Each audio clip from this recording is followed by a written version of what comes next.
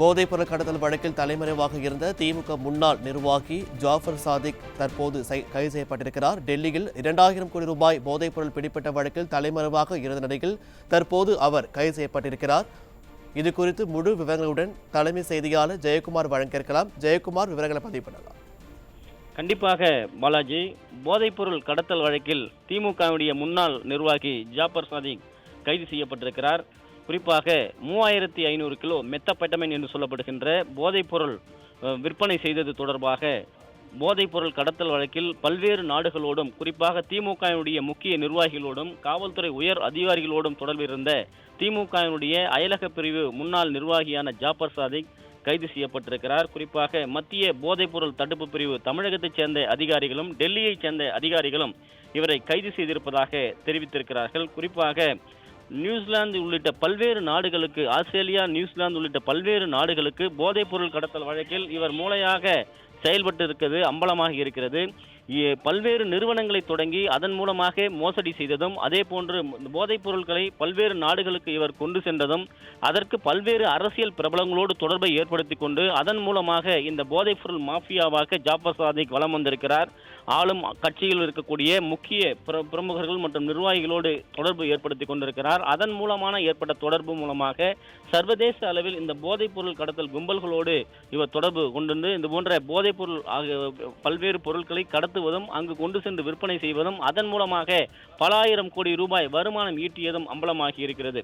குறிப்பாக டெல்லியில் இருக்கக்கூடிய ஆர்கே புரம் என்கிற பகுதியில் மத்திய போதைப்பொருள் தடுப்பு பிரிவு அதிகாரிகள், அதே போன்று தமிழகத்தைச் சேர்ந்த மத்திய போதைப்பொருள் தடுப்பு பிரிவு அதிகாரிகள் என அனைவருமே சேர்ந்துதான் இந்த கைது நடவடிக்கையில் ஈடுபட்டிருப்பதாக தற்போதைய தகவல் மத்திய போதைப்பொருள் தடுப்பு அதிகாரிகள் தெரிவித்திருக்கிறார்கள். குறிப்பாக ஏற்கனவே ஜாஃபர் சாதிக் பல்வேறு அவர் வெளிநாடுகளுக்கு தப்பிவிடக் கூடாது என்பதற்காக அவருக்கு லுக் அவுட் நோட்டீஸ் கொடுக்கப்பட்டு விமான நிலையங்களில் ஏற்கனவே அலர்ட் செய்யப்பட்டிருந்ததாக மத்திய போதைப்பொருள் தடுப்பு பிரிவு அதிகாரிகள் தெரிவித்திருக்கிறார்கள். இது தொடர்பாக விரிவாக இன்றைக்கு 2 மணிக்கு மத்திய போதைப்பொருள் தடுப்புத்துறையினுடைய டிடிஜியாக இருக்கக்கூடிய அதிகாரிகள் இது தொடர்பான ஒரு விரிவான பத்திரிகையாளர் சந்திப்பு, அதே போன்று பத்திரிகை செய்தியை வெளியிடுவார்கள் என்று தெரிவிக்கப்பட்டிருக்கிறது. குறிப்பாக இந்தியா, ஆஸ்திரேலியா, நியூசிலாந்து போன்ற இந்த நெட்வொர்க் என்று சொல்லப்படுகின்ற சர்வதேச அளவில் இந்த போதைப் பொருள் ட்ரக்ஸினுடைய நெட்வொர்க்கில் ஜாஃபர் சாதிக் எப்படி செயல்பட்டு வந்தார் என்பது குறித்தும் அவர் அதனுடைய பின்புலத்தில் தான் இந்த கைது நடவடிக்கை செய்யப்பட்டிருப்பதாகவும், பல்வேறு ஆவணங்கள் பறிமுதல் செய்யப்பட்டிருப்பதாகவும், குறிப்பாக கைது செய்யப்பட்டிருக்கக்கூடிய அந்த ஜாஃபர் சாதிக் டெல்லியில் இருக்கக்கூடிய நீதிமன்றத்தில் குறிப்பாக அவரை ஆஜர்படுத்துவதற்காக திட்டமிட்டிருப்பதாக மத்திய போதைப்பொருள் தடுப்பு பிரிவு அதிகாரிகள் தெரிவித்திருக்கிறார்கள். சர்வதேச அளவில் குறிப்பாக தமிழகத்தையே உலுக்கி இருக்கக்கூடிய கடந்த பல நாட்களாக ஜாஃபர் சாதிக் எங்கிருக்கிறார், எந்த இடத்தில் தலைமறைவாகி இருக்கிறார் என்கிற பல்வேறு சந்தேகங்களையும் அவர் குறித்த பின்புலங்கள் தொடர்பாகவும் தீவிர விசாரணை மேற்கொண்டதனுடைய அடிப்படையில் தான் தற்போது இவர் கைது செய்யப்பட்டிருப்பதாக மத்திய போதைப்பொருள் தடுப்பு பிரிவுடைய அதிகாரிகள் தெரிவித்திருக்கிறார்கள். இந்த 2000 கோடி ரூபாய் போதைப் பொருளுடைய வர்த்தகம் என்பது எந்த அளவில் எங்கெங்கெல்லாம் முதலீடு செய்திருந்தார்கள் என்று ஏற்கனவே இவருடைய வங்கி கணக்கில் எல்லாம் முடக்கப்பட்டது. வங்கி கணக்கில் பல கோடி ரூபாய் இவர் முதலீடு செய்ததும் அம்பலமாகி இருக்கிறது. ஏற்கனவே இவர் சென்னையில் இருக்கக்கூடிய வீடு, அதே போன்று ராமநாதபுரத்தில் இருக்கக்கூடிய ஜாஃபர் சாதிக்கினுடைய இல்லம், இவரோடு தொடர்புடைய இன்னும் பல பேரை ஏற்கனவே தேடி வருகிறார்கள். ஏற்கனவே 3 பேர் கைது செய்யப்பட்டிருக்கிறார்கள். இந்த வழக்கு தொடர்பாக தற்போது ஜாஃபர் சாதிக்கும் சிக்கியிருக்கிறார். ஜாஃபர் கைது செய்யப்பட்டிருக்கக்கூடிய போதைப்பொருள் கடத்தல் மன்னன் ஜாஃபர் சாதிக்கினுடைய கைதினுடைய பின்புலம் தொடர்பாக குறிப்பாக மத்திய போதைப்பொருள் தடுப்பு பிரிவு அதிகாரிகளும் தமிழகத்தைச் சேர்ந்த போதைப்பொருள் தடுப்பு பிரிவு அதிகாரிகளும் ஜெய்ப்பூரில் வைத்து இவரை கைது செய்ததாக கூறப்படுகிறது.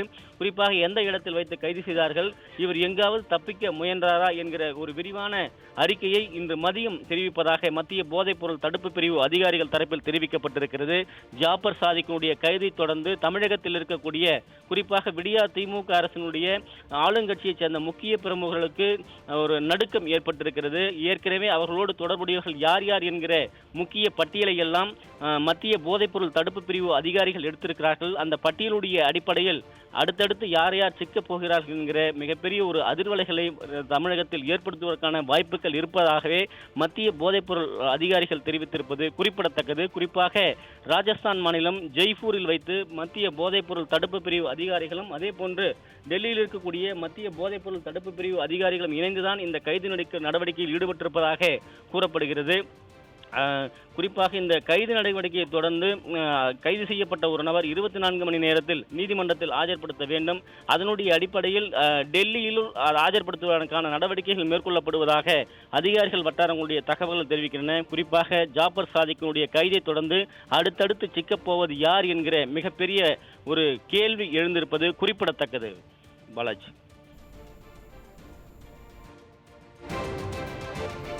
விவரங்களுக்கு நன்றி ஜெயக்குமார்.